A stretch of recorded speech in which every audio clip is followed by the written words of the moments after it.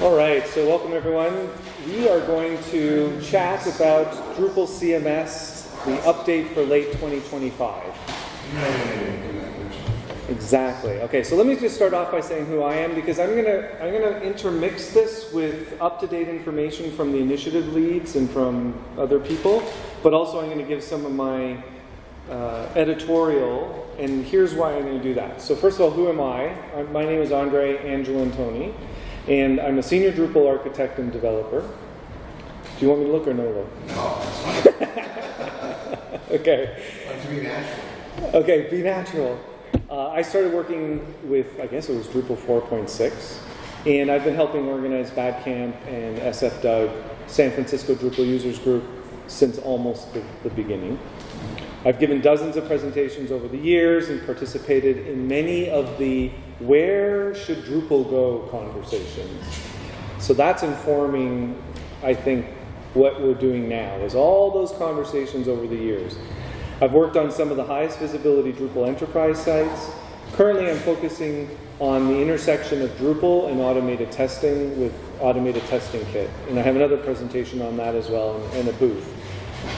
So who did I consult for this presentation? Tim from the DA was a prime source, and then I reached out to some of the initiative leads, like Jim Birch over at Recipes and so on. Now that doesn't mean that this is error-free, and things are still changing very quickly. So I'm trying to give you as up-to-the-minute information as I can, and until Drupal CMS 2.0 launches, it could change. So let's go back to the beginning. We've got a huge base of users that are already using Drupal. You can see that we've been around for 24 years, 500,000 plus sites. Depending on how you count it, you actually get different numbers, could be even higher. There's a global community. We've got DrupalCons now in major continents, several major continents, not just North America and Europe. And it's trusted by some of the world's biggest brands. And yet, we're shrinking in terms of overall number of installations. Our peak was in 2016. Oh, you're awesome. Thanks, Bill. So, what was happening back then? Well, first of all, CMS, the idea of making a content management system was still relatively new. And Drupal was one of the big kids on the block. Also, because it allowed just regular people to install modules and play around with things, and because those modules were, by and large, actually really high quality, it got a lot of attention. And so Drupal 7 got a lot of installations, and that's everything that you see here in red. I don't know, can you see my mouse? Does my mouse? Yeah, I guess. It does show up over there? Awesome. Okay, good. But now, as you know, Drupal 7 is end of life, and if you are still running Drupal 7, you have two choices. You can upgrade to, three choices. You can upgrade to the latest version of Drupal. You can move off of Drupal to another technology, or you can use some long-term support from companies like Hero does. What they do is they provide security so that you can delay the upgrade even a little bit longer. And we can't poo-poo the people who need to delay it. It's expensive to change your website. And if it's still functioning, it's hard to make the business case to do that. So the overall number of installations has declined, in part because it's no longer new. CMS is no longer new. Drupal is no longer the only kid on the block. There are literally 1,000 different frameworks that people can, or online services from Wix and Squarespace and so on, that people can pick. So naturally, you would already expect that the market share of the big leaders from a decade ago would shrink over time no matter what. That's just the nature of the market, because there are just so many competitors. So the question we're here to ask and answer is, can we reverse this slide and even start growing again? I'm going to make the case that we can. And so here we go. So why Drupal CMS? It turns out that when there was some research done, people tended to like Drupal more over time versus the other systems. Well, that's actually a really interesting point, isn't it? You can see that WordPress A lot of enthusiasm at the beginning and then not so much enthusiasm. Adobe Experience Manager, even worse. And then Sitecore, same sort of deal. So, and then of course there's the expense of it. So when I was architecting the Tesla site, that was when Tesla needed to really make profit. And so we needed to get that $500,000 license fee for Adobe Experience Manager out of the budget. And it made sense to go to Drupal, which is what they're still running right now, because we saved $500,000. And at that time, $500,000 was $500,000 right down to their profit. So that's going to keep working in our favor. WordPress is a little bit of a mess right now, you may have noticed. And then I'm doing some work with Hero Devs. I'm doing some security work on Drupal 7, doing remediation of exploits for them. And one of the things that I had to do was just understand the whole landscape. So we have about 6,800 what are called CVEs. Let's call them just exploits, security exploits, over the whole history of Drupal, right from the very beginning of 24 years. That sounds like a lot. Does anyone know how many WordPress has? 25,000. 18,000. Okay? So when people are complaining about the security situation at WordPress, they're not kidding. It's a disaster. Like every week they have, not every week, almost every week, they have a real problem on their hands, and they have lots of zero-day situations. And then you've got the whole drama that's going on with the founder. He chose to run that project a different way than what Drupal is doing. Drupal were doing it much more egalitarian, sort of socialist, which is fine. I don't want to get into that conversation. But Matt, who's running WordPress, he's kind of making a mess of things right now. We can actually continue to pull people from other projects. And these slides are me making that case. So first of all, we have to understand what the situation is now. The situation is now that if you create a Drupal site with regular Drupal core, you're going to need an expert developer. You're going to have 4,800 modules to choose from. That's actually higher. It's 5,600 now in Drupal 11. You will make a custom theme, and you have to implement it. You have to deal with your own security and performance optimization. You have to become or hire someone who knows how to make content types and taxonomies. And then you have to do lots of configuration, and then finally you're going to have a live Drupal site. It's significant effort. And that's why we've gotten the reputation that our sites are hard to put up. Yes? I feel like the custom theming is one of the largest impacts on the Drupal installation. For sure. When I do proposals, it's basically the theme is 1/3 of the budget. Yeah. That's insane. Like we've got to get that price down, and there's a way that it's going to come down. Yeah, thanks for bringing that up. By the way, just throw out questions, and I'll repeat it. So the question, because in case that didn't actually get to the audio, the point was the theming is a super expensive part.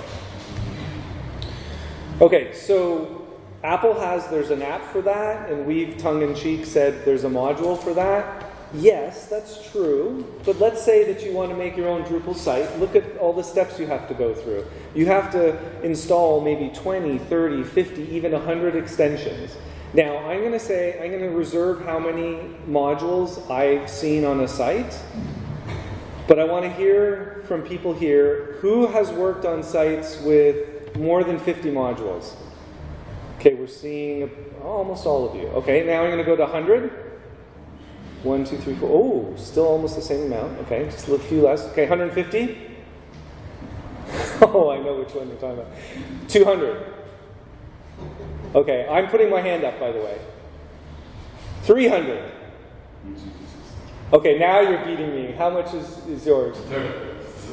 Well, I don't know if anyone's actually using them, but somebody just enabled everything that we had in the doc root. Yeah. So it ended up being 500 plus modules. Wow. Okay, you win.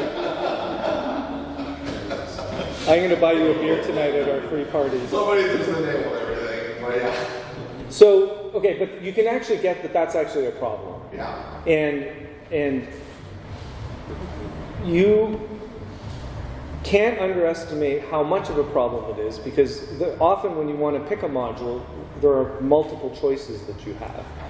It's getting a little bit maybe easier now than where it was 10 years ago, but it's still not mitigated. Drupal core is essentially targeted at developers. And all those conversations that I was mentioning earlier that we've had over the last basically 20 years, what would come up every 3 to 4 years is somebody would say, listen, we really need to make this easier to use. And then the developers would say, well, we're really a framework or an API, a set of APIs. And then there would be this little battle between the people who wanted to make Drupal easier and the people who were mostly developers, because we're mostly a developer community, and I include myself in that, who said, no, we should make sure that we're good for developers. Well, the developers consistently had won that conversation until about 3 years ago, when something happened. Maybe all of us collectively looked at how much we were shrinking, and we realized that ease of use actually counts. So, the current problem is that Drupal core is targeted at developers. Drupal core is reasonably slow to change.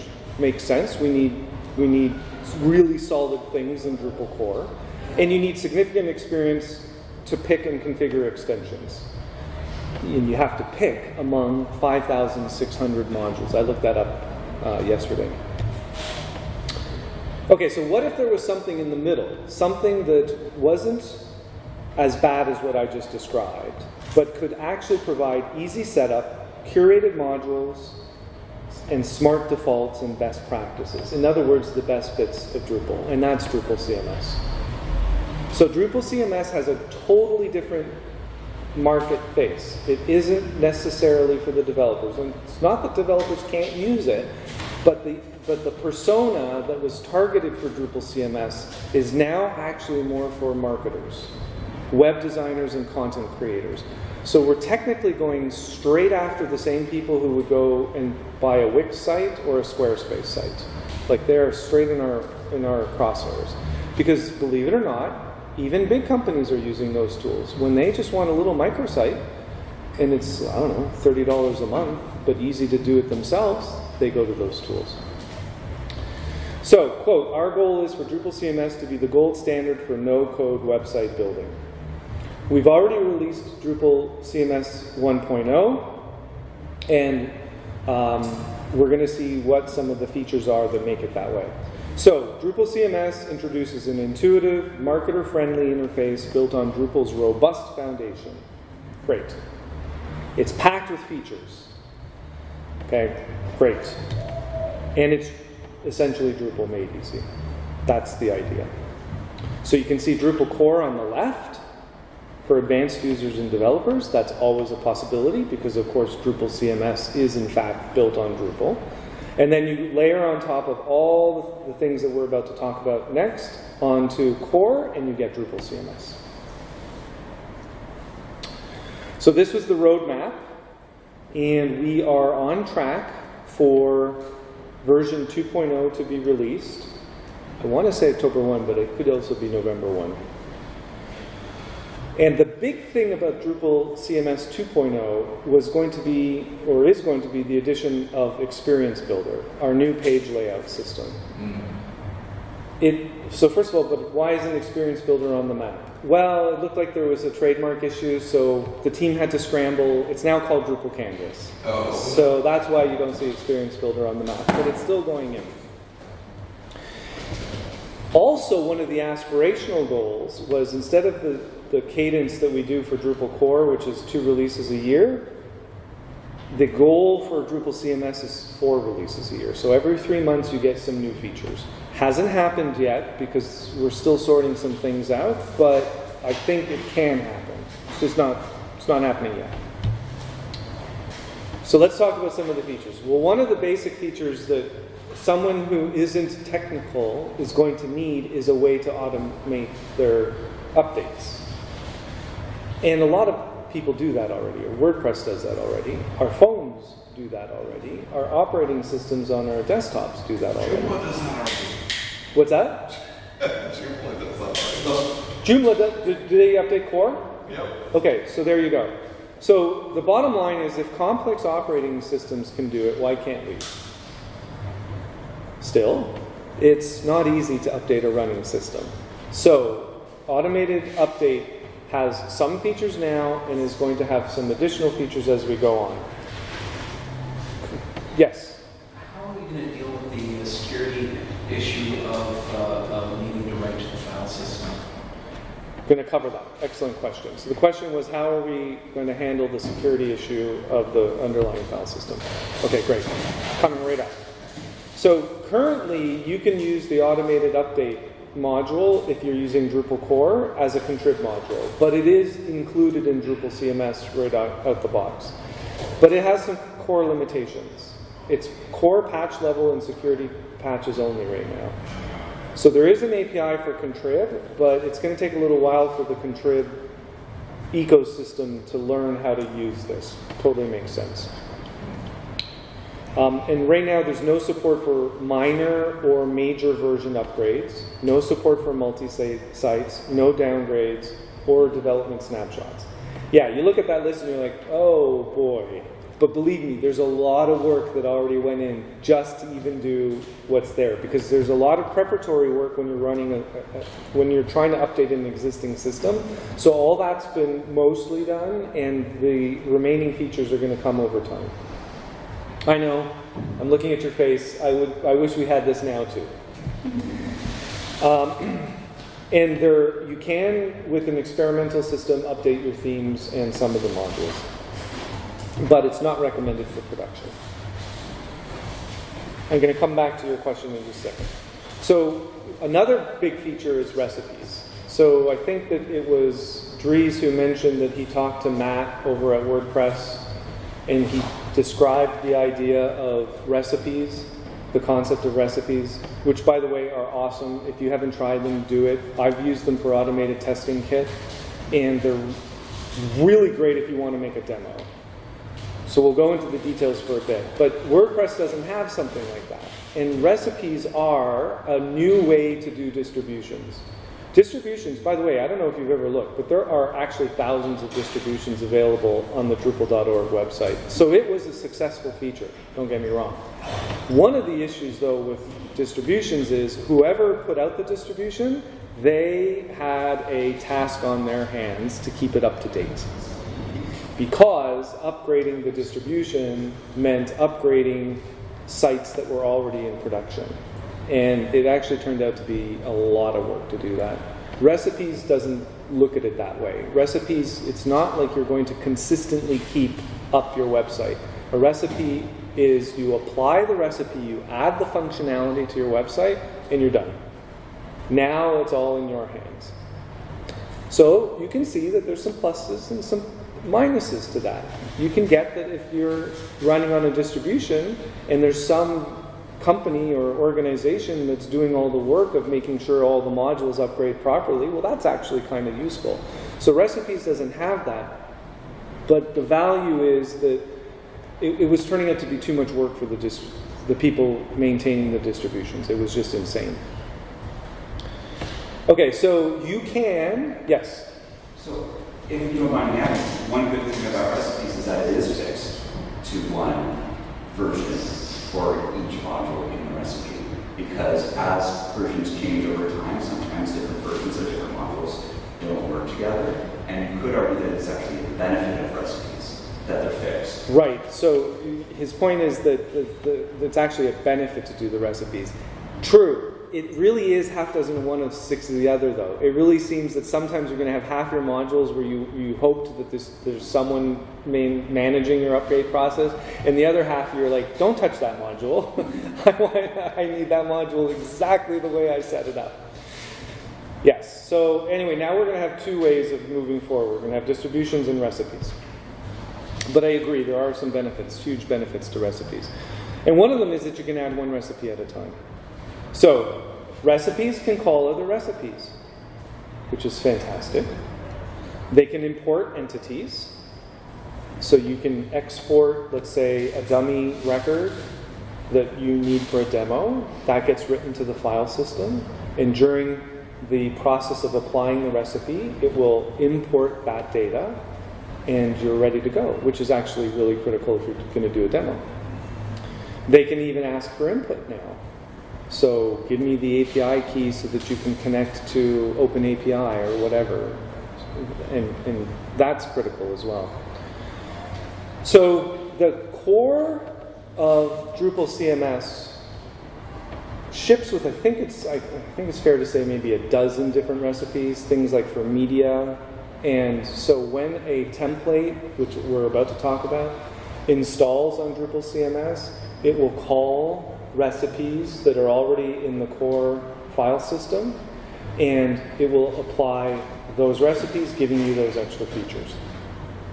But already, the community has created about 150 plus different recipes, and they're located on Drupal.org, they're located on GitHub. A lot of agencies are going full bore into their whole design of launching a website is by using a recipe that gives them a standard platform, and then they customize it.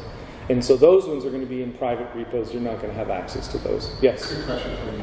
So what recipes end up being is smaller, discrete chunks that are then combined together for these distributions. Is that what you're asking? Precisely. And we're calling these distributions site templates. Okay. Yeah.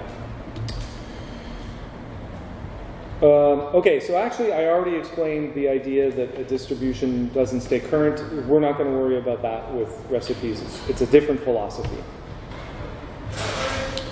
Okay, so this is a duplicated slide, so we're going to just avoid that. All right, so between automatic updates and recipes, the application installers on hosts need to be ready to be able to, this is now we're getting to your question, they need to be ready to make changes to the file system. And it turns out the two core application installers that you're going to find on major hosts are Softaculous and Installatron. I got this from Tim, so I hope I'm saying this right. Tim, I'm not throwing you under the bus. It sounds like something from the 70s. Exactly, right. And there is a CMS, there is a cPanel that has been modified that the hosts can use in conjunction with the application installers. And the Drupal Association is working with the top 10 major hosting companies that do shared hosting, like the inexpensive hosting, and those are the ones right there. They're not against working with more, but you got to start somewhere. Okay, so I don't know if I actually said that here, so let me directly answer it. They actually have to talk to the hosts and make sure that the permissions are set correctly. You can't just have Drupal CMS expect to work with all these fancy new features like recipes. Project Browser is another one we're going to talk about because you can actually install within Drupal in the moment. And then automatic updates. I mean, as a representative of the hosting company, I don't want to touch other file systems. It's too much of a security bugbear. And that's one of the reasons that you see so many security issues with WordPress. That's a major security vector for people to be able to get in and mess around with stuff. True, but I don't think there's a way around it. I don't know, actually. I didn't ask Tim if we're getting any pushback from the hosting companies. Probably getting pushback from all the major hosts, which is the reason the cheap hosts are the ones that are being talked to. Okay, interesting. You had a question? This is where you plug DDEV. Is where we plug DDEV, or do you mean Drupal Forge? Either one. Yeah, we're going to talk about both of those options at the end. Yeah, exactly. Okay. So let's talk about site templates. So site templates are like distributions, but they're more composable. And like I said, Drupal CMS 2.0 concentrates on integrating Drupal Canvas. Drupal 3.0, which maybe is even another year from now, will concentrate on a completely non-technical user making a site. And we'll have many more site templates. So Drupal CMS 2.0 is going to launch with 2 site templates to start with. The first one is going to be blank with a simple design system. And then the second one is going to be as though you wanted to have a product marketing website. Something, I mean, you can probably imagine what that would look like. The idea being that that's probably one of the most common uses. If you're a marketer in an enterprise site and you want to dip your toes into Drupal CMS, you're going to want the second template. So will the second template be like the Umami install profile, roughly? I mean, that idea, pre-built, ready to go, just... Completely everything. Completely everything. So you're going to have your theme, you're going to have the core modules that are Drupal CMS, and then whatever modules make sense for that. All right, so we get to Project Browser. You will want to find and install. Does Joomla have a Project Browser? Probably, right? Yeah, I think it does. So WordPress, Joomla has a project browser. Probably all the online services like Wix and Squarespace, they all have a, not probably, for sure they have a project browser. So we're coming a little bit late to the game. So what are you going to be able to find? Themes, modules, and recipes. Currently, the project browser is designed to surface all of those. The website can do themes and modules, but not yet recipes. That's coming probably by the end of the year. So you cannot search for recipes yet on Drupal.org, but that's coming. So this comes back to what we were talking about. Project Browser does need access to the file system. You can install these items from within Drupal. If you think about it, this is identical to what we do with our phones and our operating systems every day. Our operating systems, I'll just pick Mac OS, is essentially, one sec, I'll just finish this and then I'll get to you. Our operating systems are essentially a framework, and applications are plugins. Applications that we run on our desktop are the same as modules are to Drupal. So yes, it's true there is going to be some security issues, and maybe there's no way around it, but that is the future. It makes no sense that we can't install things for a smaller organization, at least, on the spot, in my opinion. But why wouldn't you just install those on your dev or your stage and then have a script that pushes that to production? And you don't have those security issues. So it's a good point. I haven't forgotten. It's a good point. So the question is, but why can't you just do this on dev stage and whatever? Because we're actually going for a different marketplace that doesn't actually have a dev's test and stage, a dev test and production. Okay. This persona, I know everyone's got to wrap their brain around it. The persona we're going after with Drupal CMS is not the same persona that we have been going after. If you think that way, everything's not going to make sense. So we are going after the people that don't want to pay more than $20 a month for hosting. And you may disagree with it, but that's the persona. Does that answer your question? Yeah. Okay. All right, finally. So the project browser is an app store? Yes. Correct. Project Browser is an app store. It's what we've been asking for since the first time anyone spun up WordPress. I mean, yeah, people have been wanting that for decades. Oh, yeah. In Drupal, you mean? Yeah. For It's sure. the same thing with the media library. It's like, okay, WordPress is that basically a plugin store and a media library system. Why don't we have it yet? You know, I mean, we do now, but those have been the two big things that Drupal's been just so slow to begin with. Yes, all those conversations we had where the developer theme won and the ease of use theme people lost. Yes. Okay, so there will be some free themes initially, and there are likely, I don't know if I can say likely, but the conversation is ongoing, will there be commercial themes? And personally, I'm in favor of commercial themes. I think that we want to attract all the people who are making themes for WordPress. We want them to make the same theme. Just freaking, there's a giant library of WordPress themes. Why not just copy them across to Drupal and you have thousands of themes right away?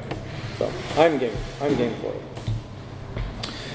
So what just got announced is there's this new set of themes called, or I guess it's a website called DripYard by Mike Herschel.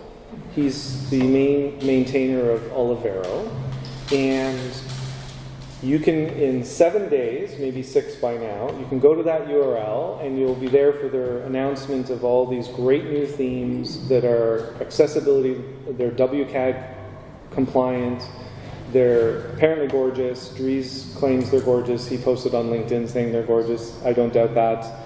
And so we should have some pretty good looking themes out of the gate. And Herschel is awesome. And he's awesome. Yeah, the work that he does is spot on. It's fantastic. Right. Okay, so let's just talk a little bit about AI. So reduce the need for technical help while designing the site that you want. Make sure I'm good for time. Yes. Okay.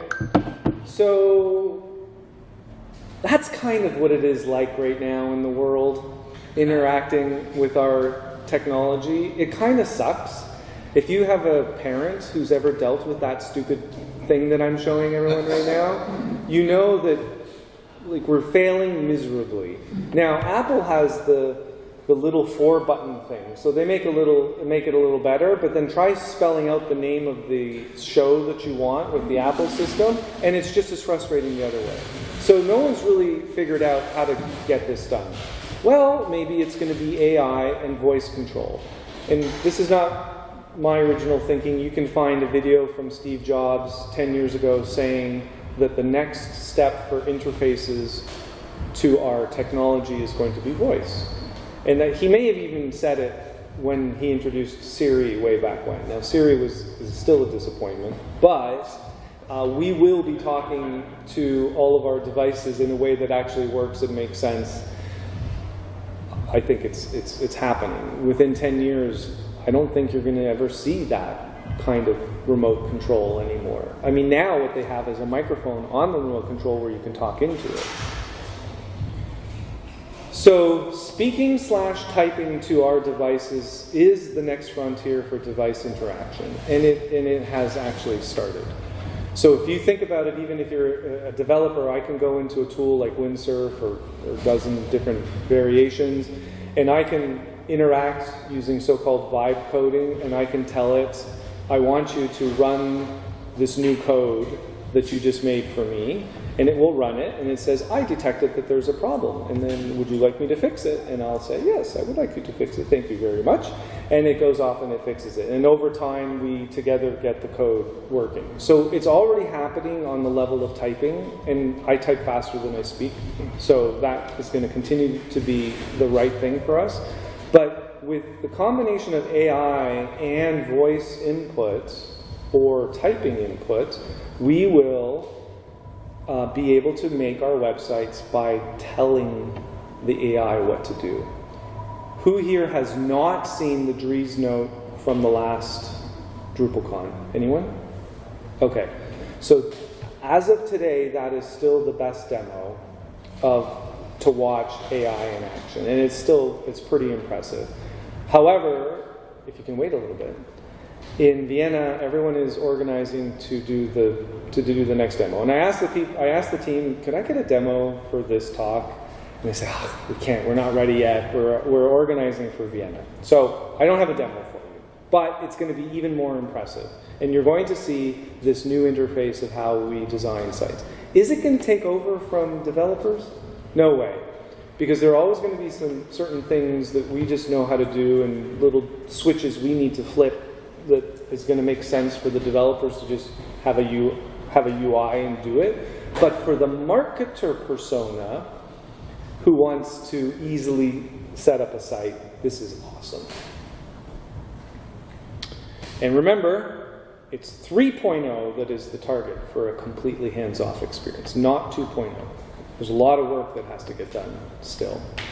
Now, Michael of Amazy.io, did I get the right suffix? Yeah. Yes, okay, good. He and I had this great conversation where, in his opinion, and I think it's okay if I share this, in his opinion, because he's got a great view of the whole landscape of AI right now, because they're really going hard into AI, which is great, is that Drupal is somewhere between 2 and 3 years ahead of the competition. Can we keep that lead forever? Probably not. Everyone's going to catch up. But the point of that is definitely check out the upcoming demo. I think you'll be impressed. Who here remembers Zork? Yes. Oh, wow, quite a few. Okay, good. Yeah. I was a beta tester for ClickCom. What's that? I was a beta tester for ClickCom. No way. Yes way. That is so cool. So Zork, for the people who don't know this, the others have grown up with like graphics to play your games. Like, old school gamers, we had to type in what we wanted Zork to, or what we wanted the main character to do. And then when we would say, walk forward, and then the game would reply, you have walked forward into a cellar. On the right is a switch. And then you'd say, well, turn on the switch. And that's how we actually interacted with those games. How long ago would that have been? How many years? Like 1979, 1980? Yeah, that's when I was playing Zork. Yeah. Okay, so we've come a long way, but interesting, we've come back full circle because now we're typing again.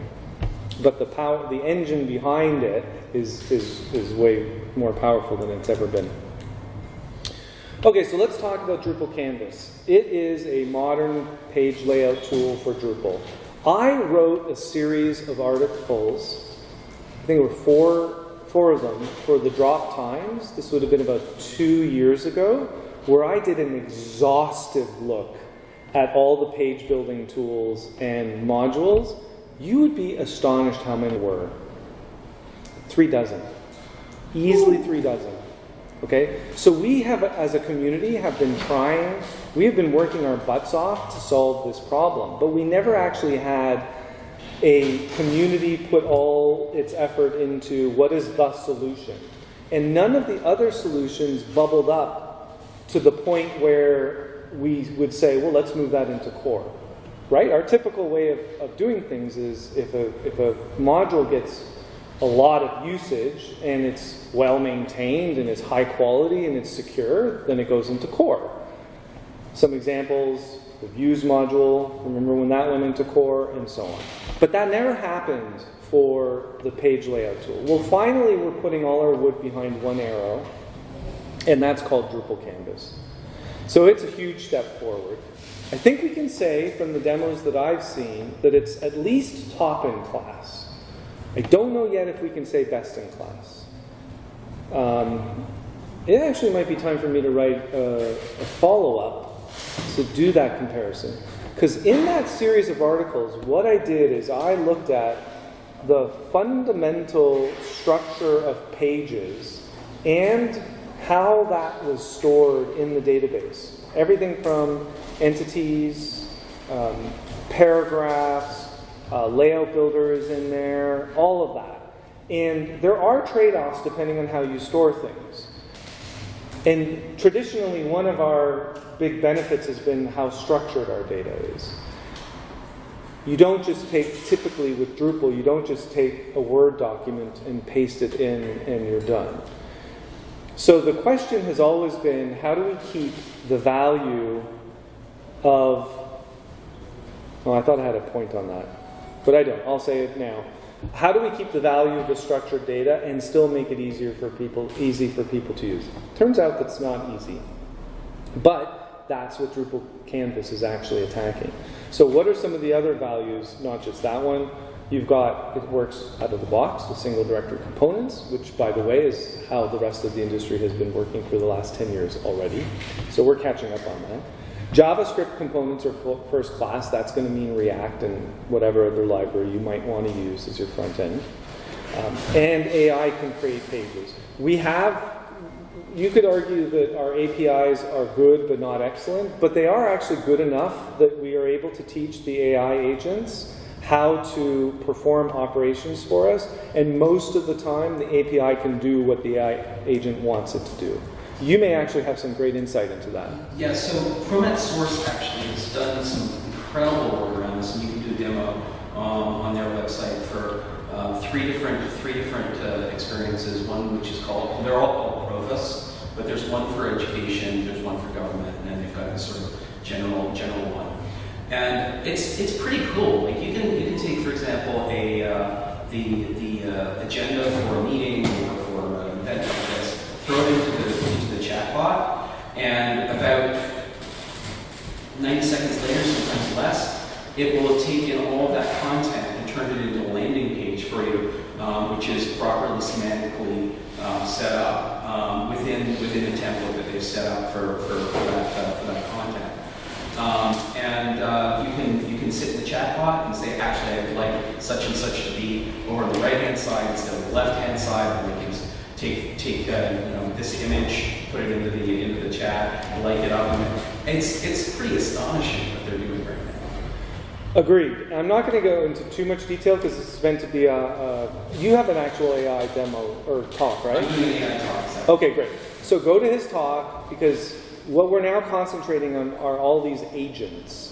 And these agents need to be taught how to interact with Drupal and the contributed modules that are the most common ones that you're going to want to use. So there is, again, a melding that has to happen between the agents and Drupal so that the two of them can work together, but that's in full swing. So is it fair to say that me as a module maintainer, I will have a phase where I test that module against an agent and make sure that the agent can operate it? Yeah, for sure. Okay, so that's going to be coming up for all the module maintainers. I think so. I think will be some module maintainers that just say, I don't want to have anything to do with it. But those that want to be able to leverage AI, artificial intelligence agents, automators, etc., are going to have to be in, they're going to have to sort of step it, put their, dunk their toe into that pool. Yeah. I don't think it's going to be that difficult. Like my talk this afternoon is really about how can you build things incredibly quickly without any code, and you can already do a ton of that stuff. Right. What time? 1 o'clock. Which room? Awesome. Come back right here after lunch. Okay, but if you want to see what the current status is, that's the link. I will post this on the website somewhere. Do we actually have a link for the slides here? We need to add a link for the slides, I think. Okay, I'll talk to Eric about that. All right, so, and Acquia, I don't know if it was the first announcement, but definitely I was on their webinar yesterday where they're announcing Acquia Source, which is a online site-making tool similar to, I guess they tried Drupal Gardens way back when. This is the next version where you can request a demo right now. There's no way to actually see it without talking to one of their salespeople. And you can actually see Drupal Canvas in action right now. They are supporting it even though Drupal Canvas is not quite perfect. And you can learn more, and here's what it looks like. Oh, actually, will there be competitors? It's a good question. Are the other hosting companies going to take Drupal CMS and make a competitor to Acquia Source? Depends. If Acquia Source is really going for enterprise, like marketers who are working in the enterprise, as opposed to directly after Wix and Squarespace, which I suspect is probably what they're going to do, there probably is room for a couple hosting companies to launch a system based on Drupal CMS that's low cost or is for a specific target market. So that's the web page right now for Acquia Source. Oh, you got a blank screen. Oh, that's unfortunate. I wonder why.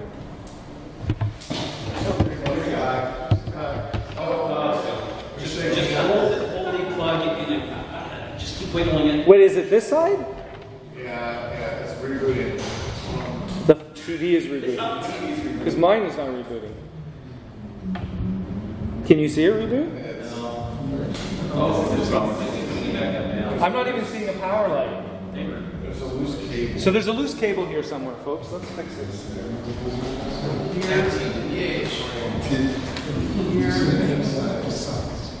Anything? Okay, well, that picture almost came back. How about there? It's back, but it's not. Do I have to stand here and hold it? It's not working. It's like going in and out. Where are all the cables going? See, it goes This in one, here. oh, this one goes in here. It'll stop recording.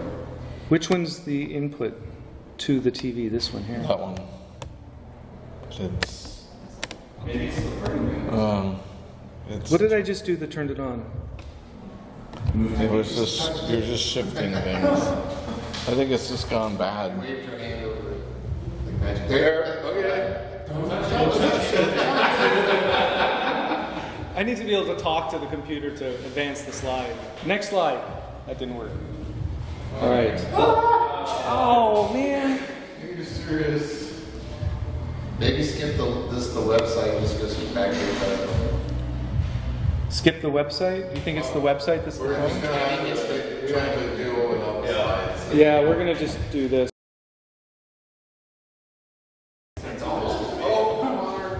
Watch your water. All right, so that's what it looks like. I know it's pretty small, but you can go to that URL and see it in real life. Thank you, sir. Okay, so, and there's a redesigned brand. We needed to update our brand, and we've done that. Okay, so,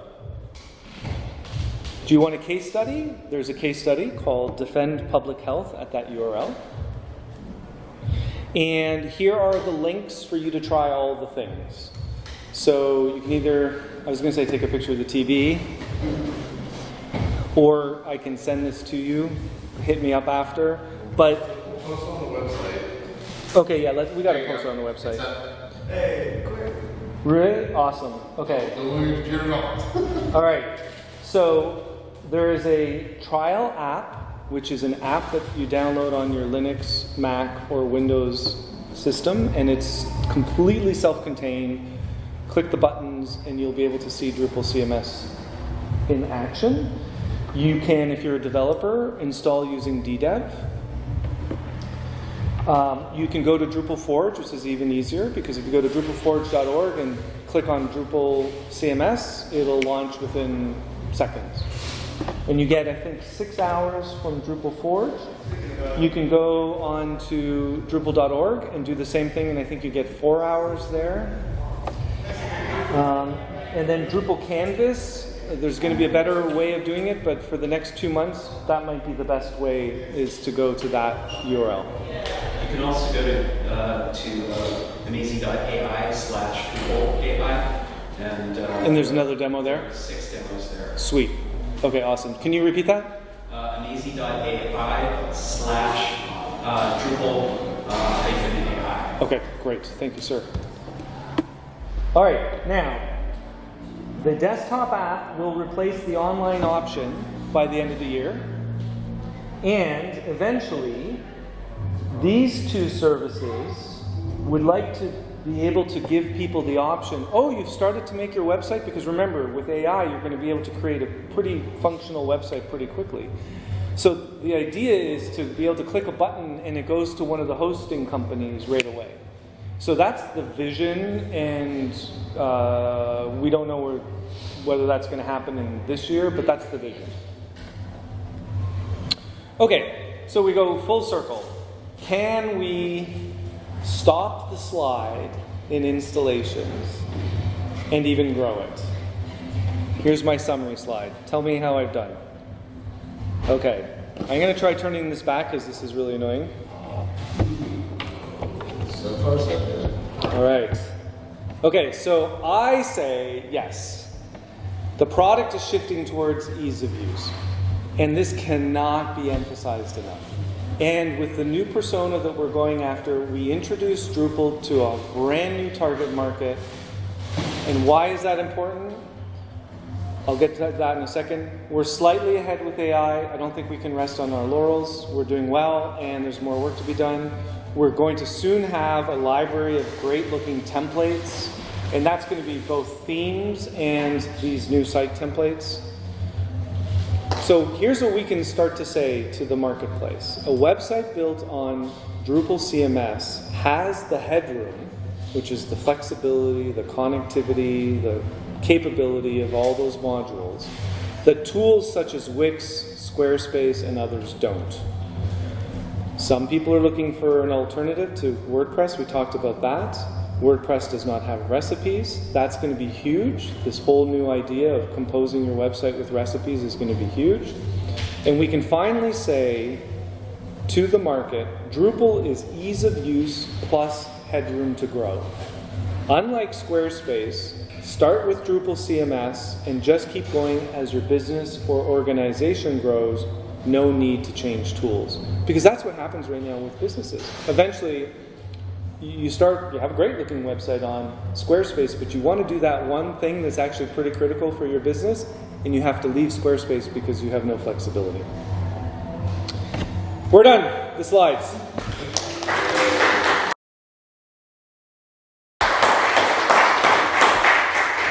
Okay, so discussion, how much time do we have for that? Let's say 5 minutes, and then we'll end 5 minutes early for people. But, so how did I do? Did I make the case that we can stop the slide and actually start growing again? Who here says yes? I'm going to say slightly over half. Who says no? Who's undecided? I want to know what are the statistics. Well, the statistics is that number is going to grow. That's, Well, I the mean, but slide. Drupal CMS has been out for a year, so what is the statistics? Oh no, this is forward looking. I'm saying, will we stop the slide and start to grow? That was this is a future forward looking. Don't hold me to the SEC. Canvas, probably, right? No, it's all of this. It's not only Canvas. Like it's all of it. I think it's Drupal CMS when it's paired with artificial intelligence, because honestly, Drupal is the only open system right now where you can build an end-to-end experience without pulling anything else in and prototype things in a couple of hours. Whereas anywhere else, you're going to be spending days just doing your setup before you can even start prototyping. I think that's the killer part of it. I think CMS plus Canvas plus AI, that's where we're going to start to see the hockey stick. I think it's going to be a little while before we see it though. Well, you're not wrong. Although I do really think that the project browser and the site recipes and the automatic updates to get that new persona happily operating without calling expensive people is also critical. Because if we just had AI, like what you said, I think we're going to still continue to decline because we're not actually hitting a new market, and everyone else is going to have the same thing. So what I've seen with clients that say haven't been using Drupal, but they want to be able to prove AI to their CEOs or their boards because everybody's being told AI, right? There's a spirit missing out. And what I'm seeing is folks choosing to build out a Drupal stack, even if it's just internal to begin with, in order to show what it can do, how it can improve return on investment. And my supposition is that as that sort of almost subversive installation of Drupal into these organizations will start to filter into actual live applications. Right. We're going to have the internal Drupal advocates again. In fact, we could probably argue maybe we should make an advocacy program. I agree with that 100%. Yeah. Okay, any other comments? How easy do you think it's going to be to cherry pick parts of CMS into either an existing Drupal installation and or use? From what I've seen, you can just steal these recipes and just apply the recipe. Yeah. I didn't show you how, because this wasn't really a technical presentation, but it's quite easy to download a recipe and just apply it. So wherever you find a recipe, it's fair game. You can literally just download this Drupal CMS code base and go into the recipes directory, and there are like probably 150 recipes in there with the various bits and pieces. I didn't count that many, but there are definitely 150 in the whole ecosystem now. And then you can run those. Yeah. And Okay. Wait, do you have a follow-up? And how easy is that going to be for somebody that's not a deep Drupal developer? That's where the project browser comes in, surfacing the recipes. Into something that you've already... Yeah. And then it's not going to break the thing that you... Well... That's the hard thing. Yeah, Now you're asking too much. Yes. So what's the relationship between Canvas and the CMS, and then also Canvas and Layout Builder, and like a path between them? Like, That's is a really good Canvas question. based on Layout Builder, or is it something that would be... Yeah, but it's quite distinct from it. So I wish now I had asked people, is there going to be a upgrade path? I don't know the answer to that right now. I think Kristin Pol is going to be doing a session on that very thing in Vienna. So even if you're not in Vienna, look it up for the videos are made live. Right, Okay, so this cool. would be like a path from Layout Builder to Canvas. Yeah, I think the talk is called Migration of Everything to Canvas. Something like that. It's also pretty likely, it seems to me, I can't say this for sure, there's going to probably, like, it's probably fine to run both at the same time. Like, you may not need to move all your existing Layout Builder pages to Canvas. I mean, we can run when I did that series of articles, all of those could be run at the same site at the same time. So I don't see why you can't also have Canvas and not touch your existing pages. Okay, last question. So, I get non-technical users of the new target market because we're competing with all these other web cloud CMS and platforms out there. Jokingly, do we really want non-technical users building websites? Because there is some knowledge that is very helpful when building websites, and I know just from the past seeing non-technical users, just get in there and turn a bunch of things on and apply a bunch of recipes. These things don't uninstall themselves very well. So you get in there, you're just playing around. It's the same problem with WordPress, right? You install these things, it makes a huge mess. You turn a bunch of stuff off, it doesn't clean up after itself, and then you really just need to install a new website once you figure out what it is you want. That's a problem that you have to somehow train people to understand. It's also, how to explain how information architecture works. Like this is a whole education thing, right? You got to educate that non-technical user. You're giving them tools, but how are you giving them knowledge with it? Right? Well, you're not wrong, but I'm gonna push back a little bit and say we went through that process with Drupal 7 when there was so much excitement and people were actually willing to do all that learning. I'm still talking to people at Hero Devs who are running Drupal 7 and they're still thrilled that they can make their own website changes. So I think what we're going to do is we're going to bring that feeling back. That's my prediction. All right, thank you everyone.